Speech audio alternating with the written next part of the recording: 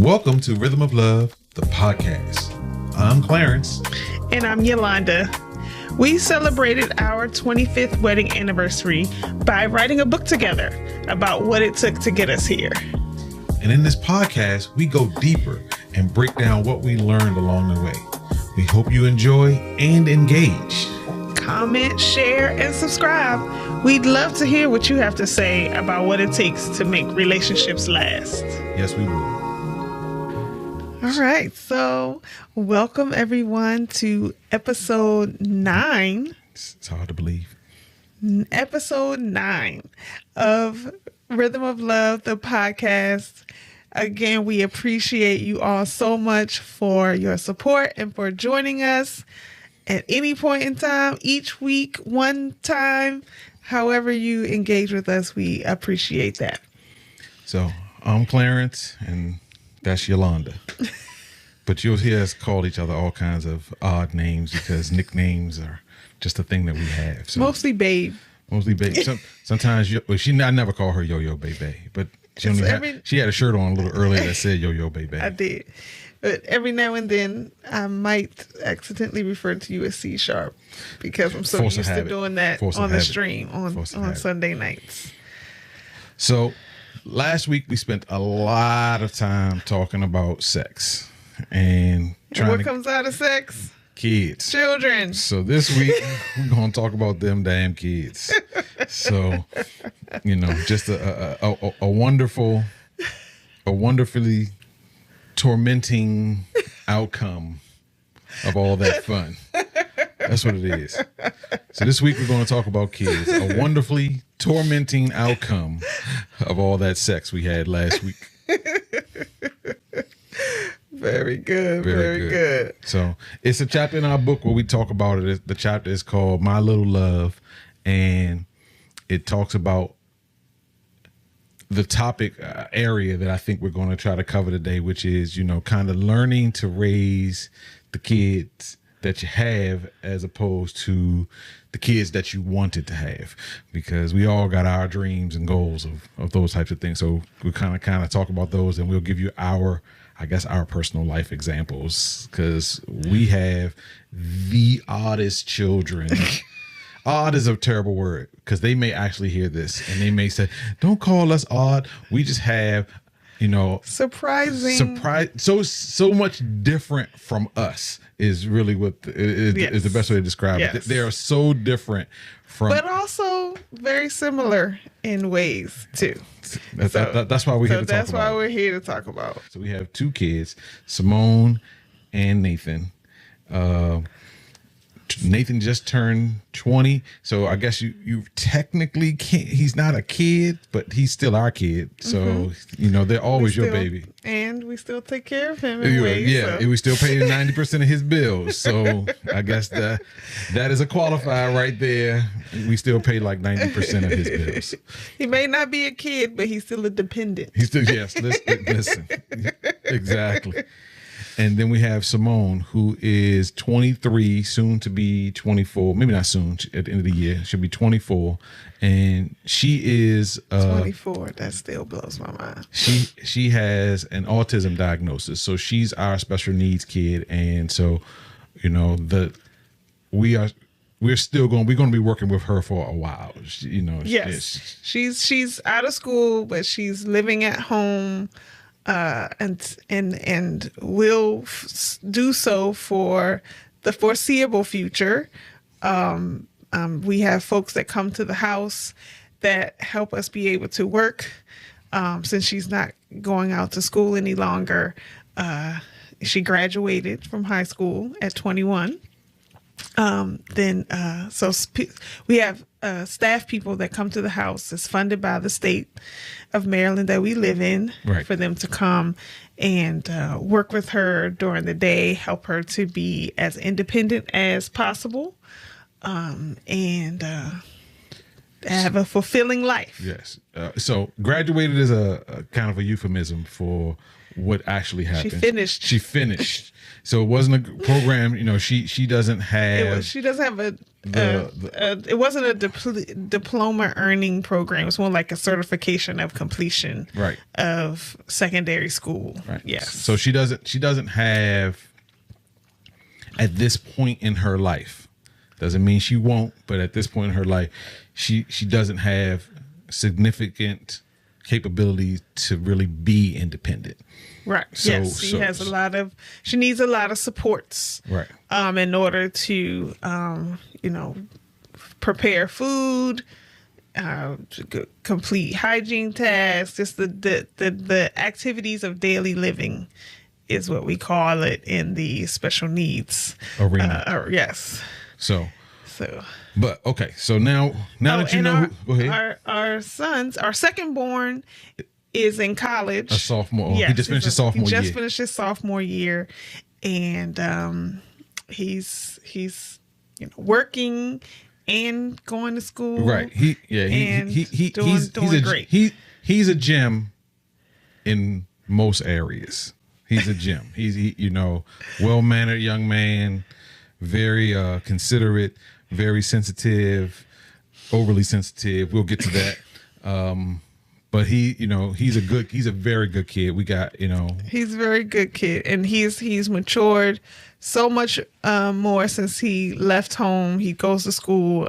He stays on campus where he goes to school, and we've seen so much growth and maturity in him, and how he's taking care of himself and taking care of his belongings and his dorm, and he's an RA, so he's helping others. He's helping us. Yes, because RA covers a good portion of his living, so he's helping us. Yes, for sure. He helping himself too. And that's how I always caveat it to him, or that's how I always frame it. You're not helping us. You're helping yourself. So, yes. All right. So now that y'all know them, Nathan and Simone, we don't really call him Nate. Other people call him Nate. And very few people call her Simone. They call her Moni Mo and Nate. We don't call him that. We call Nathan and Simone. So. Yes, when Nathan was a small child, he told us that he didn't have a nickname. His name was Nathan. So we stuck to that. We stuck to that. He was a very precocious kid. All right. So now, what are your questions again? I forgot the question. So now that you know a little bit about them, a very little bit, those are just the highlights. Let's talk about us as parents. Tell me something that has been rewarding on our parenting journey for you. So, the rewarding part on my parenting journey has always been watching them have their achievements, whatever their achievements are. I'm super proud of the things that they get to do, and they're very different. Nathan is one of the stars in the school play in elementary school. That was a proud moment. Simone learning how to go up and down the steps was a proud moment. I know you say, those who have special needs kids have learned the lesson that you and I learned, which is to really appreciate the smaller or just every milestone, no matter what size it is. Right. You see what it kind of looks like they're capable of, but then she surprises us sometimes with what she ends up saying or finding on the internet. Right. Or, when her school sent us pictures home of her at work. She had a job for a while. Yes, at the Buffalo. Shout out to Buffalo Wild Wings. We appreciate y'all for letting my baby work there for an hour. You don't have to mute that because this microphone is picking up all of this. I don't even know why. Okay. Yeah, it's 12:37 a.m. Let me turn my sleep focus back on. I don't know who's reaching out to her, but they reaching. at this middle of the night. Some side dude somewhere trying to find her. Chill, guy, chill. I will text you in about an hour or so. Shout out to Buffalo Wild Wings. Yes. Who gave her an opportunity to come and work for a couple of hours a week when she was still in school or still in her school program. And without giving the name of the school, just shout out to teachers and administrators and speech pathologists and occupational therapists who work with kids, particularly on the spectrum. I'm going to speak for us, our families, because the needs are so varied from child to child to child. And we had staff that really, really, really stepped up for Simone in so many ways and wouldn't let any obstacle get in their way of just pushing her and teaching her and taking their time and being patient. And so, somebody was taking her to Buffalo Wild Wings to do this job and had to, help her learn the skills and stay on task. And so shout out to all of you who work with kids with special needs. You are very special. All right. So that's mine. What's yours? You said what was my? I was actually going to say the same thing. What's my rewarding thing as a parent? And that's rewarding thing is just seeing them grow, seeing them do new things, hearing them realize, particularly our son realizing, oh yeah, you were right about that. He always think I'm wrong. But I don't chalk that up to anything other than just youthful. Yes, you think that your parents, because you can disagree with some of the things, some of these old school ways of thinking, then that means I have to take what you say with a grain of salt. But our kids have always been very strong in who they are. When Nathan was little and, we were heavily in the church at that time and we, Halloween was coming up and of course they're talking about Halloween at his school and he's getting excited and he's telling us his plans for Halloween and we're like, oh, Nathan, we don't celebrate Halloween. And he said, I do. I don't know what y'all doing. Y'all ain't gotta do nothing. Right. But I'm planning to celebrate Halloween. This was kindergarten because that would have been his first time. He went to a Christian preschool, so they didn't celebrate Halloween in his preschool. It was when he went to kindergarten, and he was like, "Oh, and wait a minute! It was like a discovery. Costumes and candy. I celebrate. You don't have to celebrate it, but I'm going to celebrate. It's like a discovery. Yes, and Simone." The same way. She love Halloween. Their favorite. That's both of their favorite. It's their favorite holiday. It's the craziest thing. It's their favorite holiday. When we did nothing to promote this at all. It's their favorite. But they both just love. They love dressing up, or the candy, the various things, the trick or treating about Halloween. So I was just saying that to say that they've always kind of been their own people, even from tiny on up. Like we have just been there to kind of guide them and put some guardrails up and, sometimes, really just make them listen to us because they came in thinking they knew everything already. So that's their daddy. Right. That's their daddy in there. But the positive about that is that they, that confidence in themselves. All right. She got questions over here, so I'm gonna let her run through these questions. Okay. What do you think that parenting taught you about yourself?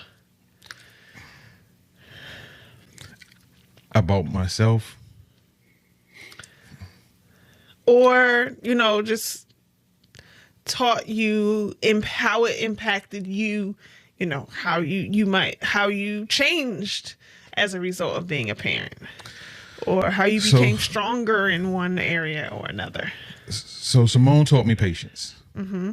At a very early time in her life, because when she wasn't developing at the pace and at the rate of the children around her, and you just first you ache for her. Your heart aches for her that she's even having to struggle with these things, but you realize that you got to slow down and work her through these things that other people are picking up so quickly. So you don't understand it. You're trying to process all those things, and you're getting frustrated yourself, and you got to just try to learn patience. And I'm not saying that I'm even very good at it. I'm better now than I was then.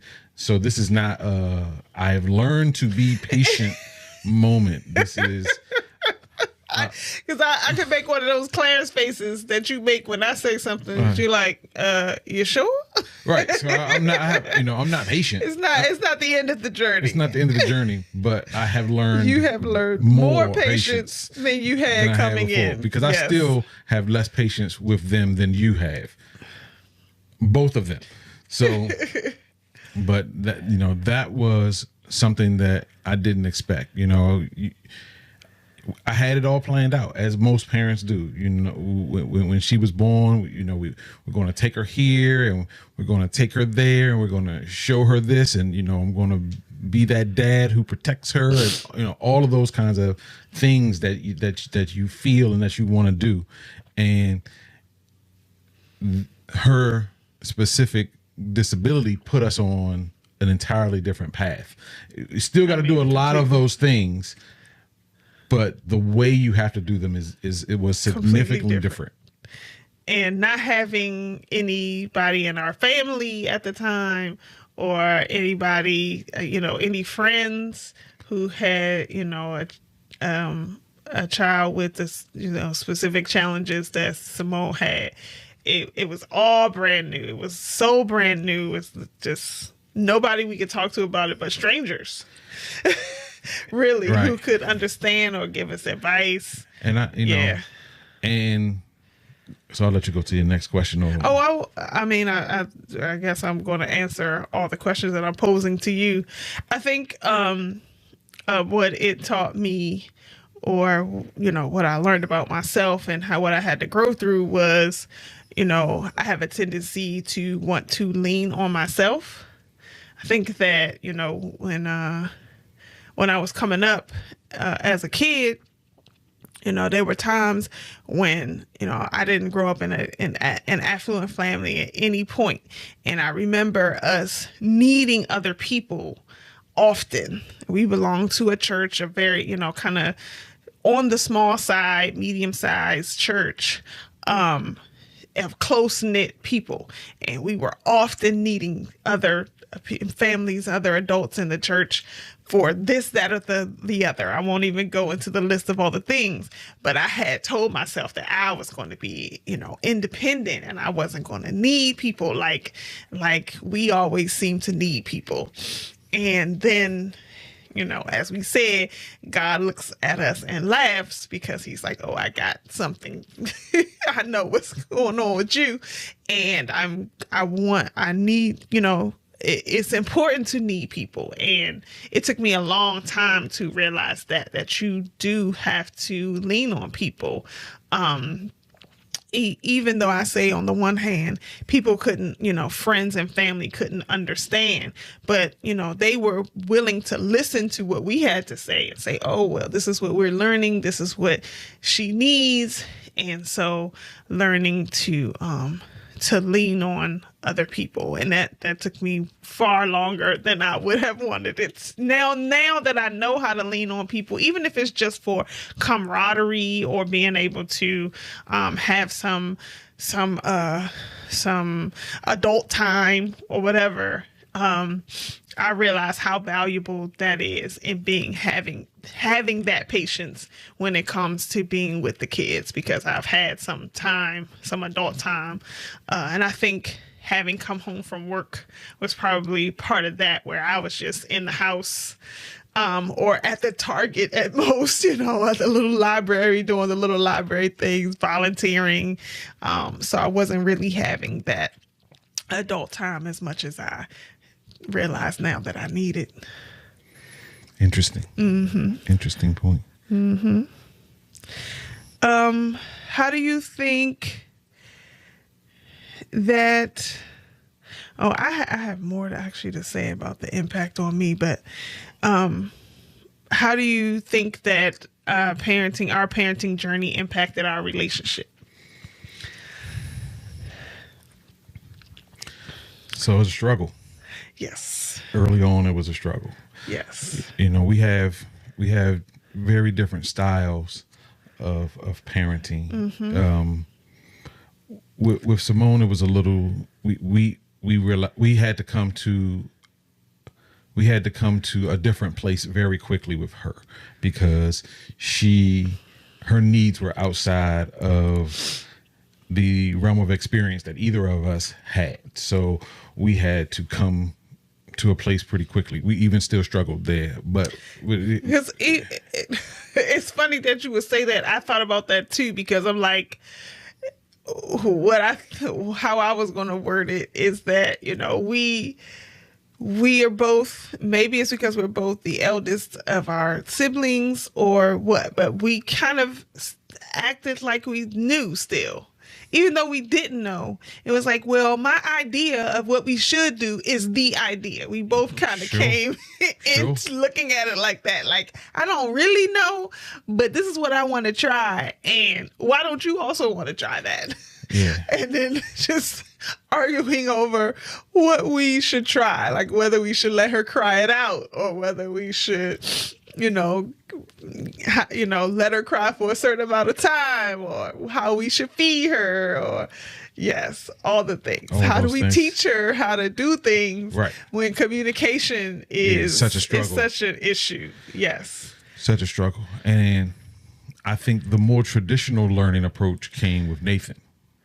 Yes. For us, because he's a typically developing kid. Yes. He didn't have.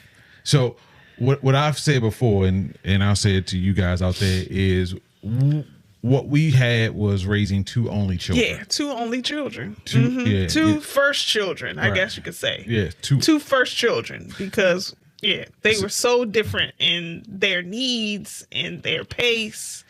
Right. I mean, so you don't want one child to get lost, because Nathan can get lost if we don't make special provision for him. Yeah. Because there's so many things and limitations that Simone couldn't do, that if you just live there, then Nathan misses out on a lot of stuff. A lot of growth opportunities. I mean, I've heard him say that she ruined everything. He was a young kid when he said that, because we were supposed to go to McDonald's or, wherever we're supposed to go, and she had a moment and we didn't go, and he was like, you ruined everything, which is not, kids say those kind of things, but knowing our situation, it really stuck home for me to hear him say that. Yeah. So, but he's also so again, this is where leaning on our parents and leaning on my family and leaning on your family come into place, because he's been on tons of vacations with them. Thankfully. So my brother and his girls and his wife at the time would go out of town, and they would take him with them. So or grandparents, or the grandparents would take the grandkids and he would go. The other grandkids, right? And he would go with them. Mm-hmm. So he got a chance to, he's been a lot of places without us, and that's good and that's bad, because I miss him, because I want to experience those things with him, but I don't want him to not experience those things because his sister prevents him from experiencing those things. Right. So, she doesn't fly anymore. She used to fly. She would fly, but now that she knows what flying is, she don't fly no more. She flew with difficulty. She flew, but it wasn't like la la la. It never was. Let's get on the plane. It never was la la la. We had very few la la la moments. So, yes. But with Nathan and raising him, getting back to your original question. Right, the impact on our relationship. So his impact was bigger, in my opinion, than Simone's impact. And okay, yes. I think his impact was bigger because what we were doing meant more. I think in a way. I demanded more of him. very, true. very early on. I demanded more of him, and you didn't like that. Yeah, I did not like your approach. Yeah. I did not like your approach. And I did not like some of the demands that you were placing on him. No, I didn't. Yeah, I demanded a lot of him because he was the last child. And he's the last child because and we knew he was going to be the last child. We knew before he was walking. Because I got, once we figured out he was good to go and everything was good with him, I scheduled a vasectomy. I didn't ask. I said, listen, I'm scheduling this vasectomy. I was actually having thoughts of a third child, but I was never having thoughts of a third child. And it was my policy that I was not going to try to convince a man to have another child if he didn't want one. Because then she could have convinced me. You always just like you talking about something. When I proposed to you, you could have said this. You could have convinced me. Just based on what? Based on you. I told you don't use your feminine wiles nearly enough. I have told you do not use your feminine wiles. Okay, well, I chose not to use my feminine wiles. So don't blame it on me. I didn't blame you. I didn't. I said I would never make a man who doesn't want to have a child have a child. I wouldn't, and that includes using my feminine wiles to convince you, because the feminine wiles are going to go out the window when that baby get here and breastfeeding and middle of the night waking. I didn't want his ass anyway. Hey. I would never say that. I mean, I don't think you would say that. I didn't want to go there with you. This is nice Clarence. This is the Clarence that is over 50, and the fire in his belly has subsided a bit. You were not. This is not the guy you were when Nathan was 6 months old, and you said, "I'm going to get a vasectomy." A man who decides he was more than 6 months old. He was more than 6. He was in a stroller, but he was more than 6 or 8 months old. He was born in May. Okay. We had the vasectomy in February. So before he was a year old, yes. Before he wasn't even walking yet. But yeah, so my point is that you felt strongly about that, strongly enough to put yourself in a position where somebody was going to cut you open and make a change. This is what I say to you. If you never present your side, how am I even supposed to consider it? If you never, ever present your side, regardless of whether or not I say to you, no, I don't really want to do this, because I never said those words to you. I just made the arrangements myself to get it done. But that speaks louder than any words. But you saying, Clarence, I know you want to do this, but I really want to think about having another baby. Can we hold off on this?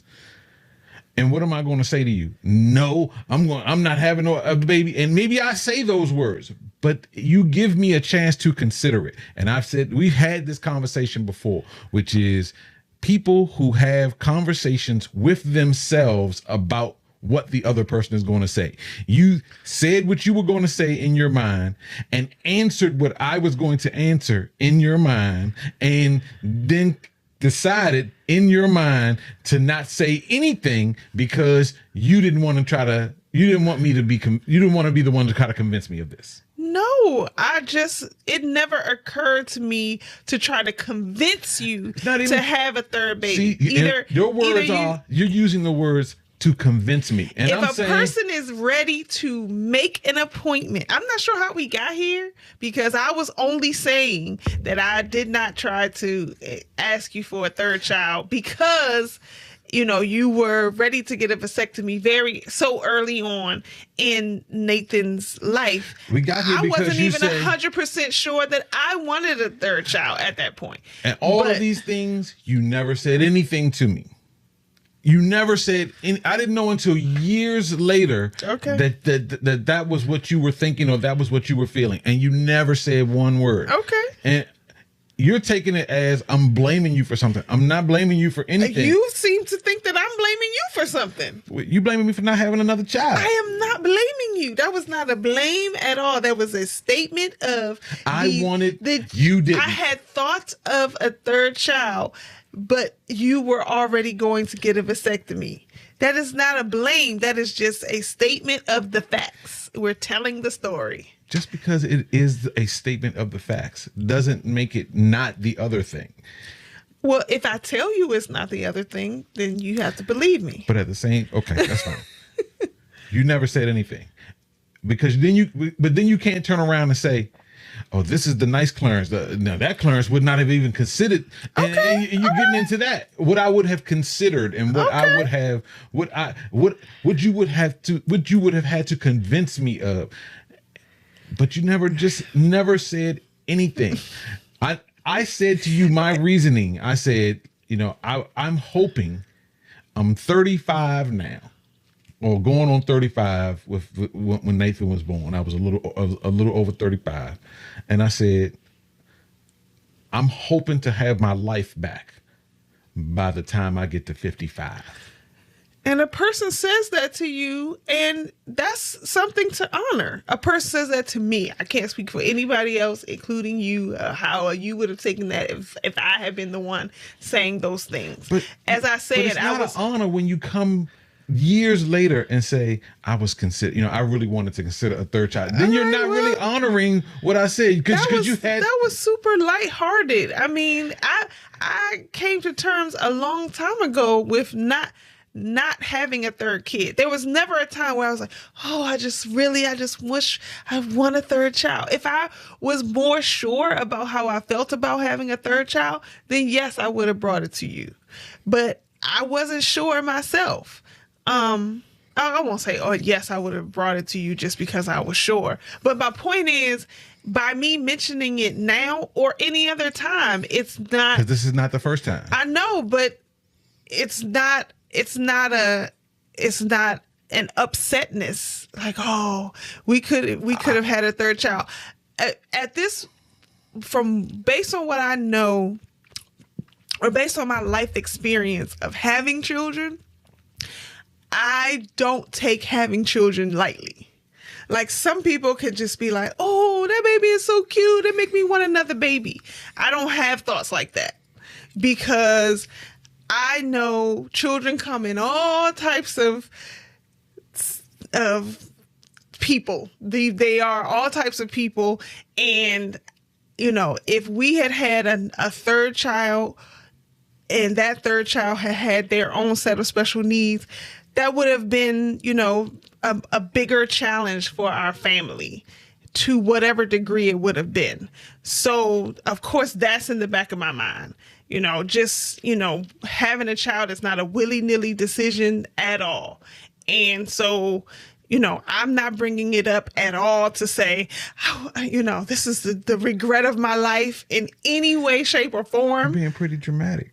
I'm responding to how surprised I am at how you're responding to me saying that. It's like, you could have talked to me about having a child. You could have talked to me about having a child. Yes, but now I'm telling you the reasons, the multiple reasons why I did not try to convince you or talk to you about having a child. You moved to convince so quickly. You jumped to convince from discussion. Once a person says, okay.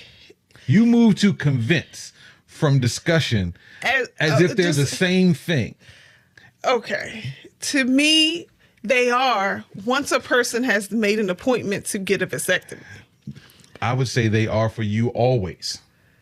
I would say, from what this is not uncharacteristic of you. I'm so shocked at where this conversation has gone. I feel like you've been holding back on saying a lot of things to me, and somehow we put a mic in front of you and you like, oh, I got things to say. You have never, ever said this. As many times as I've joked about how fast you got a vasectomy, and it is a joke about how fast you got a vasectomy. It wasn't the vasectomy part. My point is, you this whole thing you're doing about, you could have talked to me about having a third child. Where'd that come from? It came from from I was considering a third child. But it's not that you After didn't know I had considered whether we might have a third child or not. You're saying that that was new to you, me saying that just now? When you tie it to the vasectomy, to say you made your appointment to get this vasectomy, and I had thoughts of having a third child, but when you did this, I just let those things go. You've tied those two things together.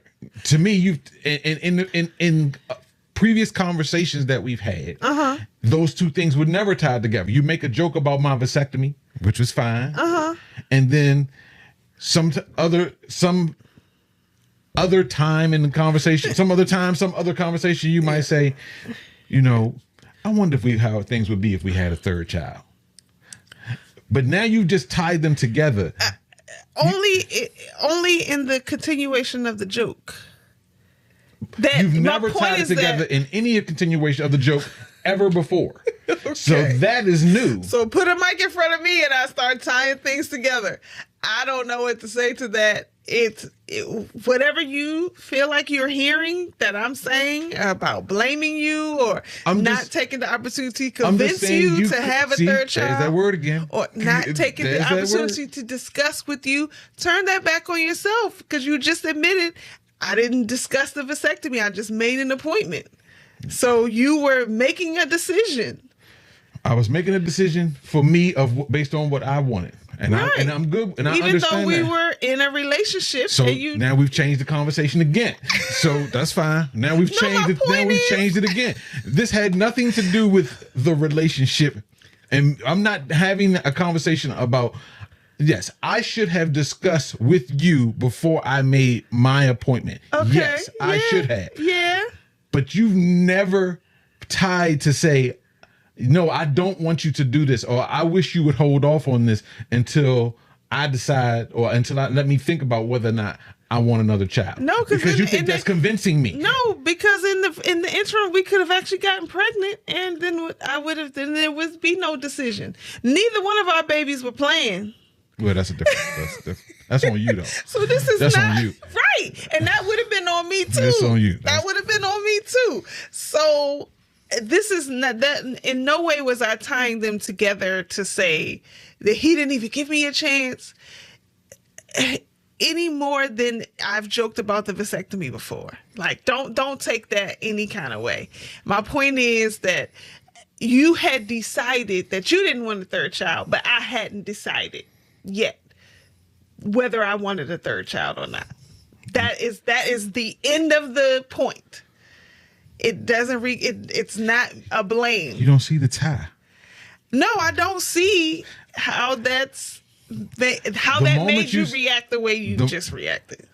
You had decided that you didn't want a third child and you were going to get a vasectomy. That's what you said to me. Yeah. I hadn't decided yet. You can't see the inference in that statement. The inference is that it was quick, that you decided quickly. But you can't see quicker than I had. Right. And so you can't see the inference of when I say to you, you never said anything to me. And what I also said was, and I would never even try to convince. Convince. Like, why bring it up if it's not me trying to convince you to either wait on the vasectomy or to actually have a third child? Because you don't give me a chance to even reconsider my position based on what you want. You don't even give me a chance. No, I didn't give you a chance. I didn't. I assume you were all good with it at the time. At the time when all this went down, I assumed you were all good with it. I never for a moment. I was not good with it. I was not pining for a third child. I was not. As I've just explained, having a third child would have, for me, brought along a lot of uncertainty. I wasn't even handling the 2-child and husband that I already had. So, how about this? You deciding to have the vasectomy took that burden or took that option off the table, and I was okay with that. Do you see how much different Is that better? Do you Is see that how better? much? Do you see how much different that statement is? I mean, it doesn't matter if I see. Do you see? I'm saying it differently on purpose. Yes. So but you don't think it's different what you're saying. I'm not saying it's not different. I just said, let me say it this way. Okay, so but you don't see the difference. Does that matter? Does that matter? Yes. What? Yes. Why? Yes. If it says to you the opposite of what you thought I was saying before, then yes, I'm happy that I reworded it. That's pretty condescending, but it's not condescending. I'll take it. I'll take it. Please take it, because now we're having a whole different conversation than I expected us to have. It's pretty condescending. You see how 5 words. I hadn't decided whether I wanted a third child yet. That was a complete joke. And I feel like you should know me long enough. If I have been pining for a third child, I would not wait until we are recording a podcast to be like, this is my moment to say how much I was pining for a third child. I was not. Okay? My response was simple. I didn't know. And you never said anything. Okay. There was nothing to, what I'm saying is there was nothing to say. You seem to think that there was something to say. There was not. If there was nothing to say, then why did you say it? If there was nothing to say, then why? There was nothing to say at the time. Okay. Is what I'm saying. There was nothing to say at the time. Okay. At the time, I was unsure and leaning more to no. And when you had decided to get the vasectomy, it took the option away in a way that was enough for me. How about that? I am so sorry I said that, because that is not at all what I was implying. At all. It was part of the joke that it was so fast that I didn't even get to think about whether I wanted a third child. That's, to me, because it's so off the table and I'm so over it, that it was a joke completely. Okay. It was a joke completely. Okay. It's the first time you've ever tied them together. I mean, because we're having this specific discussion about parenting. We're having this specific discussion. All of these things tied together. You tied it together. So I had to say, you never said anything. And you, I mean, your thing is, Mr. Defensive, I was not coming for you. I was not coming for your neck. That was defense right there. It's discussion. It is discussion. I don't think accusing me of you never said anything. That's not even a discussion. So I'm going to use your words. I didn't accuse you of it. It was a fact. It was a statement of facts. You were definitely making an accusation. Don't blame me. It was what do you mean? Don't blame you for what? Of facts. Okay. Your words. That's what you told me. You're using them incorrectly. How about that? I'm not using them incorrectly. It was a statement of facts. It wasn't a statement of facts? It was a statement of facts. Okay. Said so that you could defend yourself from me accusing you of whatever you thought I was accusing you of. Okay. It was the intent behind the fact. So why can you see my intent? But when you thought you saw some intent, but it wasn't. That wasn't the correct intent, and that's what I was trying to tell you. But your intent, I'm right about your intent. As usual. Well, hey, I'll take that, because we need to move on. As usual. We need to move on. I don't even know what we're talking about now. I'm never right about your intent, but you're always right about my intent. Hey, you're using always and never. I never said, I did not say that. You're adding in always and never. I'm just talking about this specific scenario right now that we're talking about.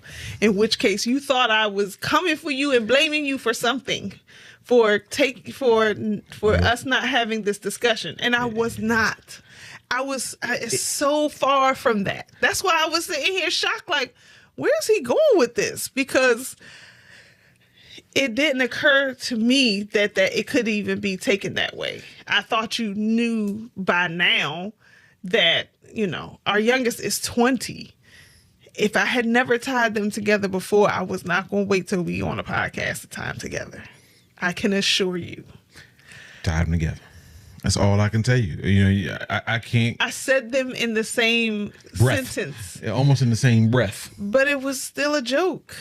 I'm just trying to inform you and tell you it was all the way a joke. All the way. Okay.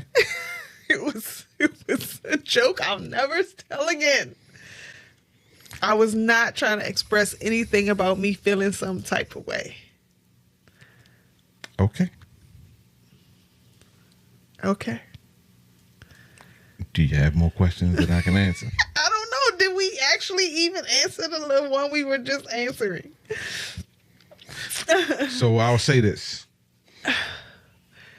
All of our biggest arguments are around these daggone kids. Yeah, for sure. As you can see. As you can see. All of our biggest arguments in the history of our mission. And now we're arguing about an imaginary kid that never even happened. Don't say it. That's not what we see? And you think you're funny. And you're not.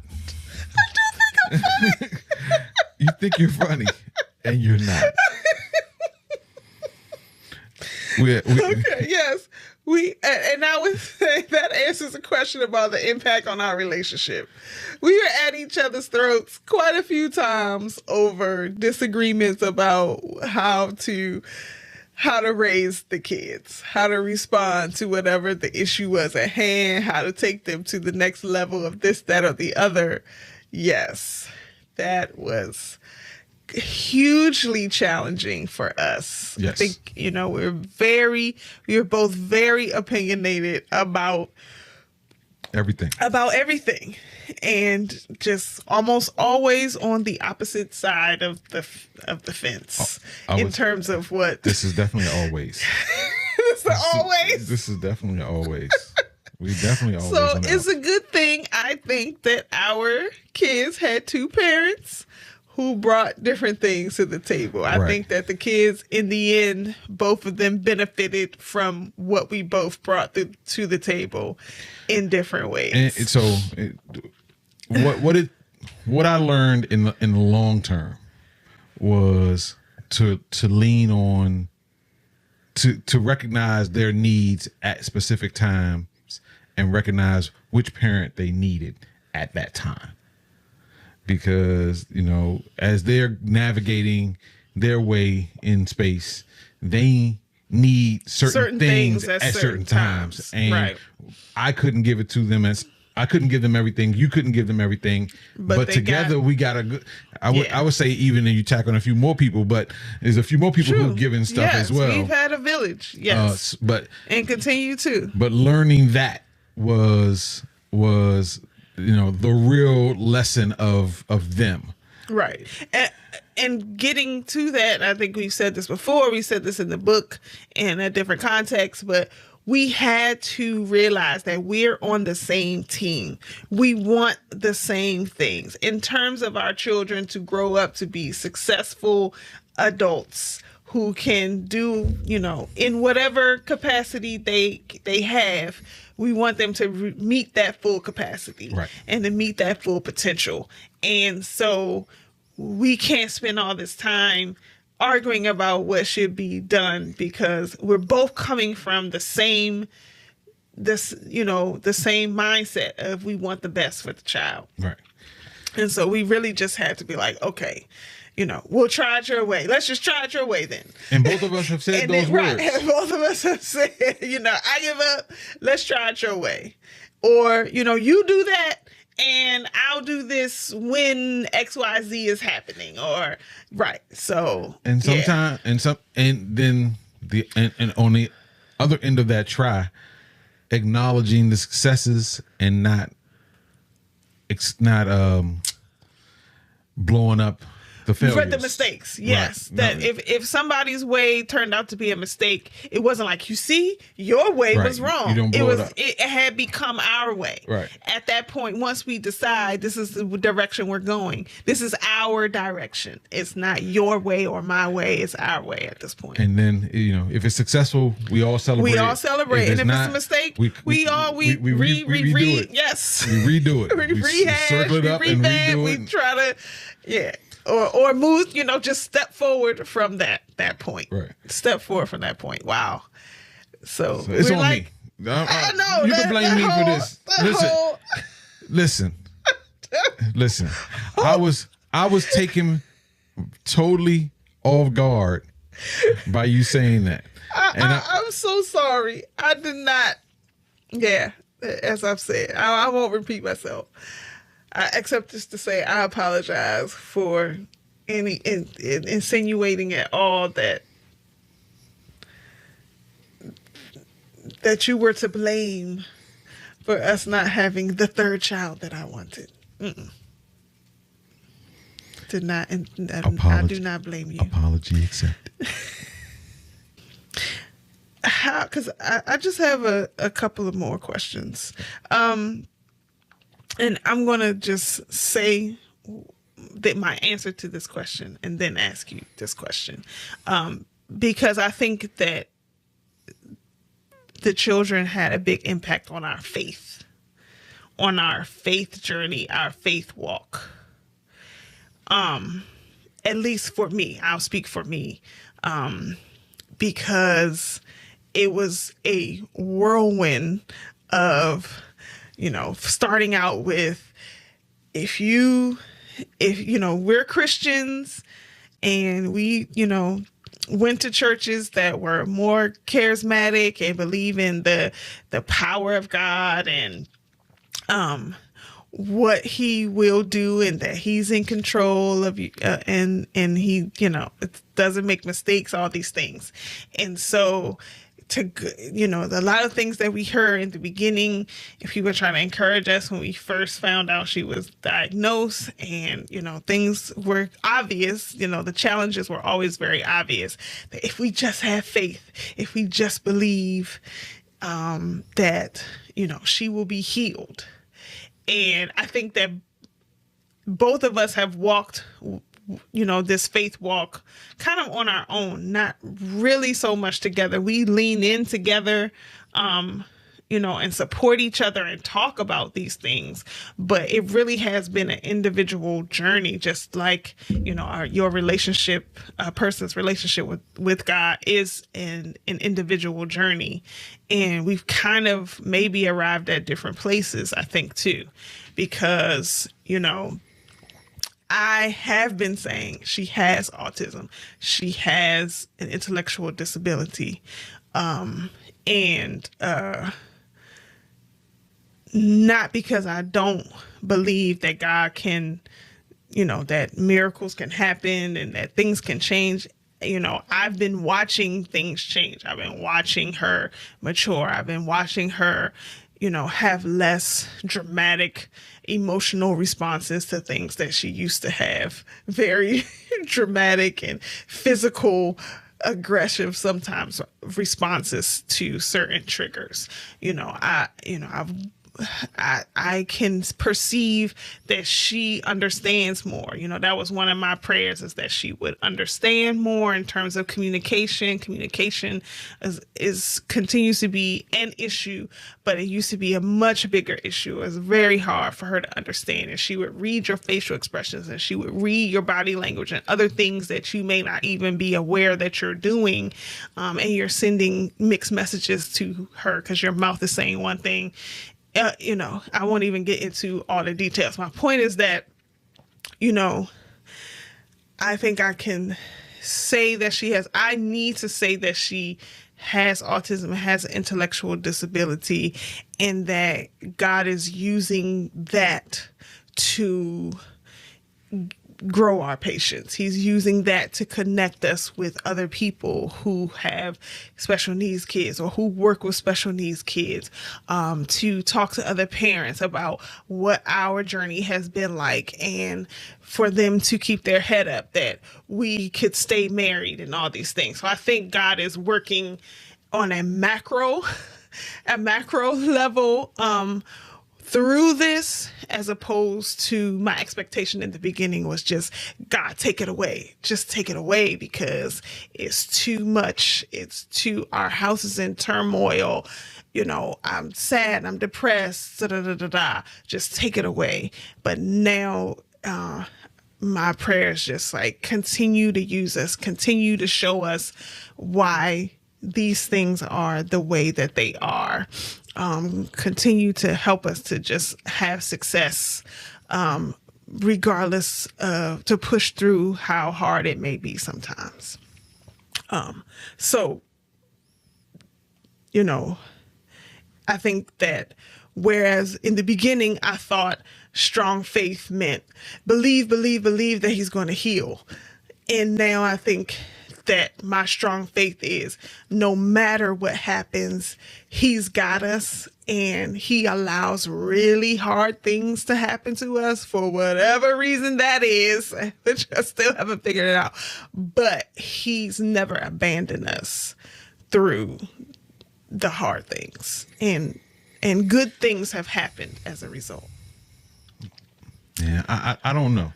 My faith has teetered on a number of occasions. Oh yeah, mine does all the time. Teetered on a number of occasions, and the only thing I have to hold on to at this point is the not claiming it, which is the opposite of what you said. Yeah, it's the opposite. It is. The only, at this point, it's the only thing I have to hold on to. Is not claiming. So I never say that she has, or if I do, I don't intend to. Right. I rarely do. When you are intentional, I say she's been diagnosed with the autism diagnosis. Yeah. So because it is the only thing I have left. We have tried everything, faith-based, medical-based. Only thing we haven't tried is food-based, and that's because she would starve. But she just wouldn't eat. She just wouldn't eat. Our world would be upside down. I mean, eventually she would eat, but we would have to literally starve her first. Yeah, we would have to starve her. But so that's where I am. I think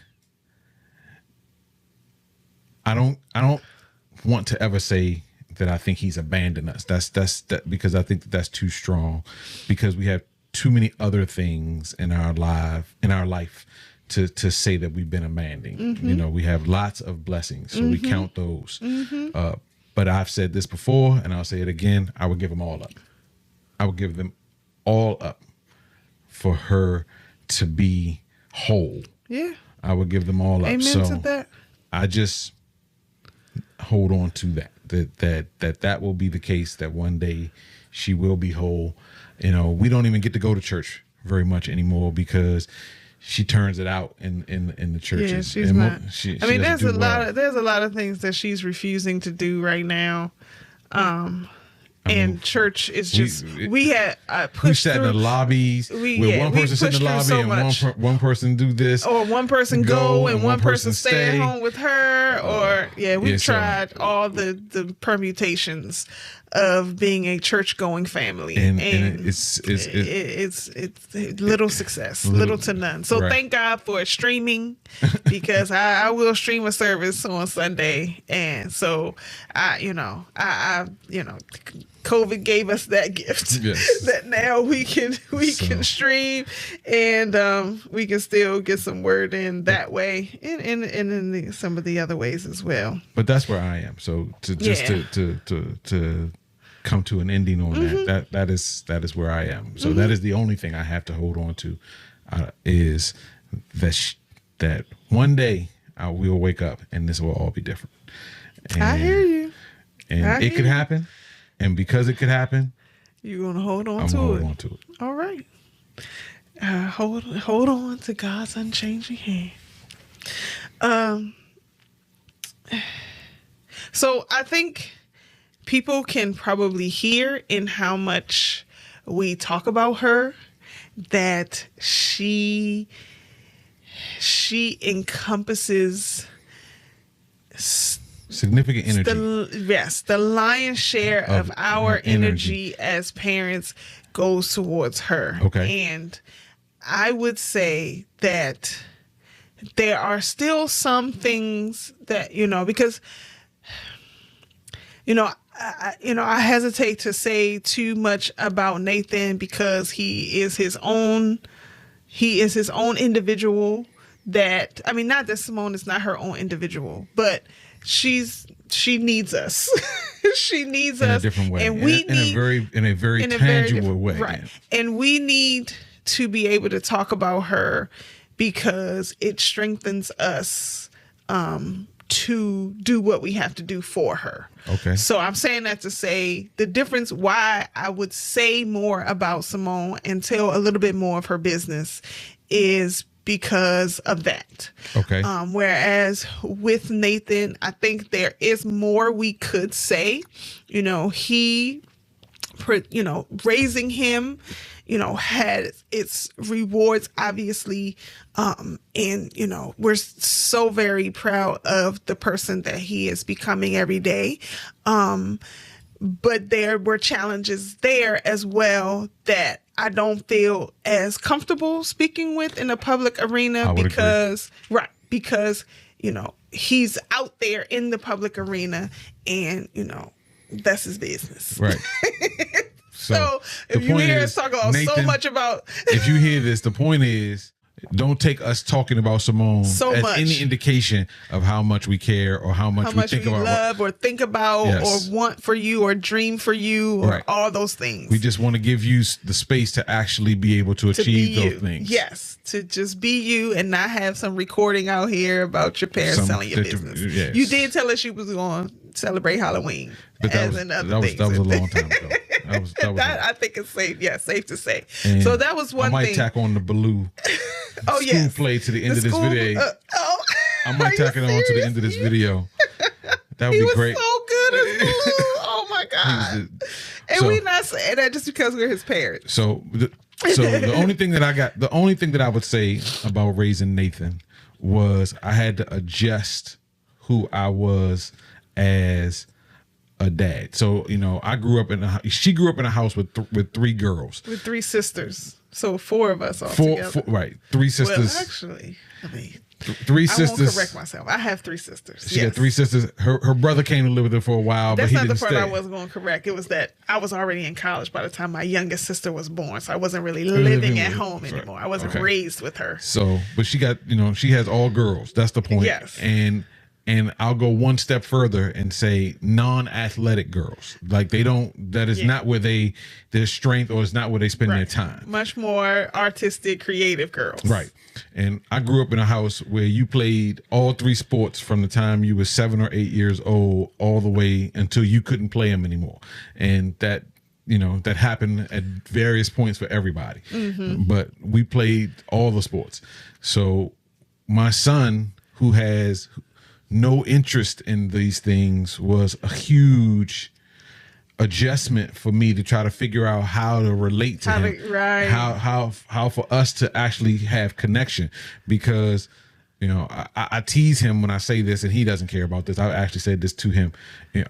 When he went to high school, I went to pick him up from school and it was a football game being played, and I said, no, I'm going to watch the game. And he said, okay. And he's sitting next to me, but he's talking to his friends who are behind us. And he leans into me and says, what is this thing that they keep saying, first down? And that was the moment that I knew I had failed as a parent. He said, it must be important. They keep saying it. I said, go on back up there with your friends. And I don't even think I answered this question. Just going back on them. Just going back up there with your friends. I don't think he had ever sat and watched a football game with He you. had never sat and watched a football game. And, and he was more into Lego and anime and art. Right. But as he's gotten older, he has come into a couple of sports that he has found on his own that he enjoys, which are, he's a collegiate Volleyball. He's a collegiate rock climber, which is what I was going to say. So he's a collegiate rock climber, and then he is on the club team for his school for volleyball. So and I watched him work at those things. Now, he played a little bit of baseball growing up too. We did that for a few years. Yes. And he was actually pretty good at that too. Good enough that I thought he could play in high school, but he chose not to. Right. And he wasn't interested.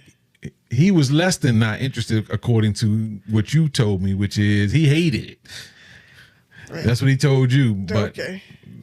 The point is, he was not going to play baseball. And I wasn't going to make him play in high school. Yeah, because it requires a certain level of focus motivation, and internal motivation. Yeah, yes, you can't just do it because your dad wants you to. Can't do it because your dad wants you to do it. So, anyway, those were that's why we didn't talk quite as much about Nathan as we did about Simone. But there were challenges. Those were my challenges raising Nathan. I don't know if you had any challenges. I think you just loved him as I thought he was the best thing since sliced bread. I mean, and I still do. That's my guy right there.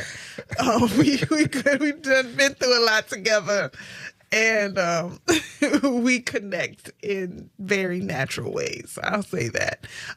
So yeah, best thing since sliced bread.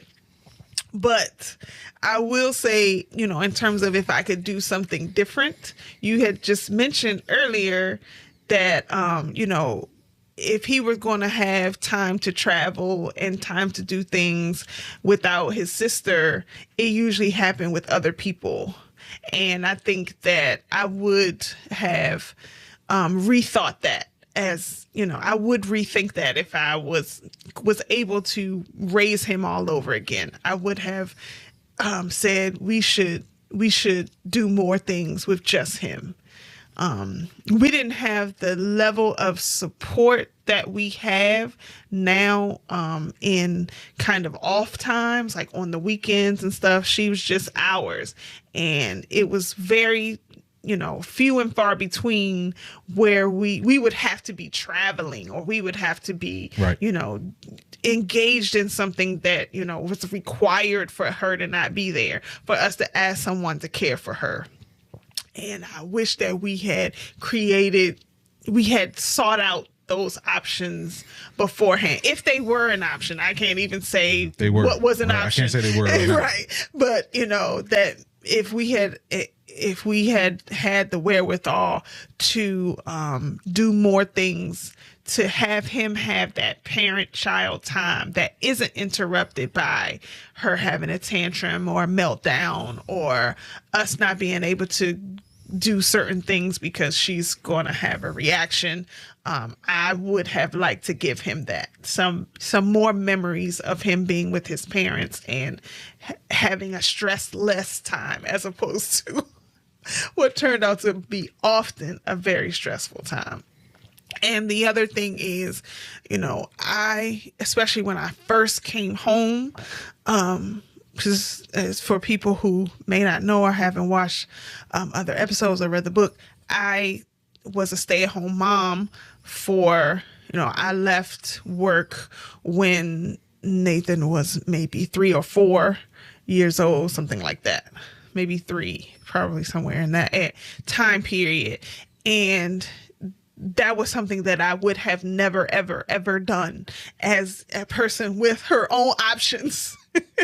I am not a domestic, and just being at home, I love my kids. And so being with them was a reward.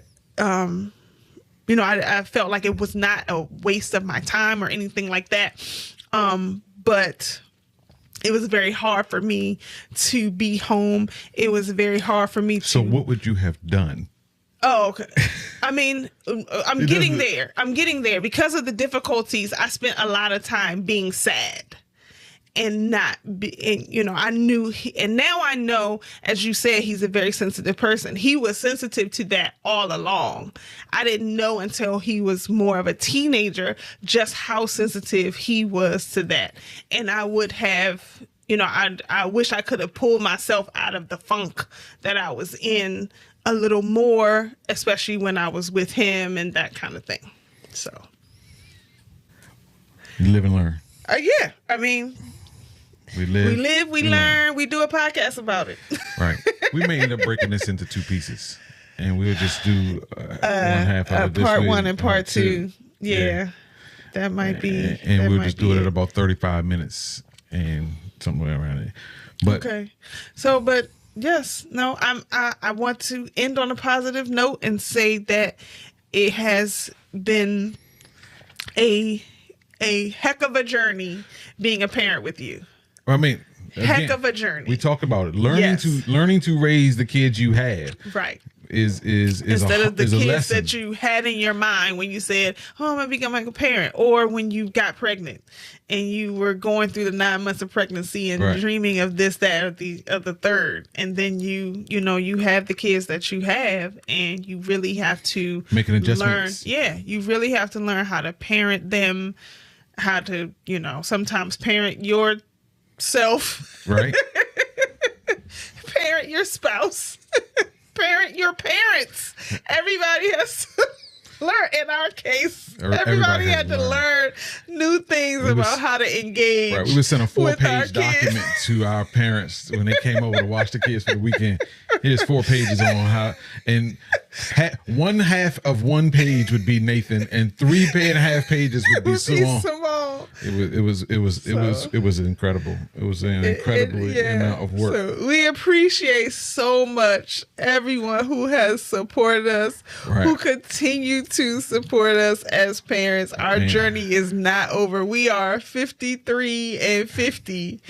And our journey as parents is far from over. Far from over. That goal of getting to 55 and reclaiming my life, it didn't happen. It's not. It's unlikely. It's not impossible. Things can happen. Who knows? In the next 2 years, so much can happen that you can get your freedom at 55. Your empty nest at 55. But regardless, we still have a good time. We laugh a whole heck of a lot. We do laugh. At ourselves, at our kids. My mom says I don't actually laugh. I just say that was funny. This is true. That was funny. Shout out to a friend of ours who just recently said that to you this week. She's like, I'm enjoying the podcast so much. Especially, I see you two laughing together. Well, Yolanda's actually the one laughing. You're doing that Clarence thing where you just making that Clarence face.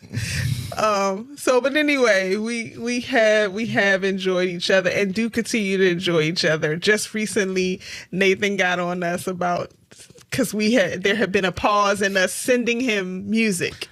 For your 20-year-old to appreciate your musical taste so much that he's like, share songs with me that you find that you like, and vice versa, he shares with us as well. We discuss music. That's why we are the Rhythm of Love, because that's where we found connection. Nathan is where we found connection. Yeah, definitely you and Nathan found that connection. That's where we found our connection. Thankfully, I love music too, so I could be in the mix. Yes, that's where we found our connection. Absolutely. Yes, both of you. We bought him a record player. He bought you a record player, and we're trading vinyl now. So that's fun. We love that. So, I guess it's time for you to say your closing statement. Oh no, housekeeping. Yes, housekeeping. Housekeeping first. Housekeeping first. All right. Join us on Sunday nights. You got it. We get really serious here on the podcast, but on Sunday nights, we just listen to good music played by DJ C Sharp, and we cut up on Twitch. That's twitch.tv/DJ C Sharp, 9 p.m. Eastern Time, Sundays, weekly. And don't forget, we are still running our contest for the month of June. Like, comment, and subscribe on these things. Those are your entries into the contest to win copies of Javonda Robinson's books. She has 5 books. We have them all. She's giving them to us. We're ready to go. We just we're just going to be tallying it up. And, you know, hopefully, I had hoped by the end of this podcast, we would have some kind of tally. We don't have a tally yet. But I do see comments out there. I do see people. And we're only counting June comments, though. Only counting June comments. We could have had something of a tally, but we only had one post. We got to figure it out.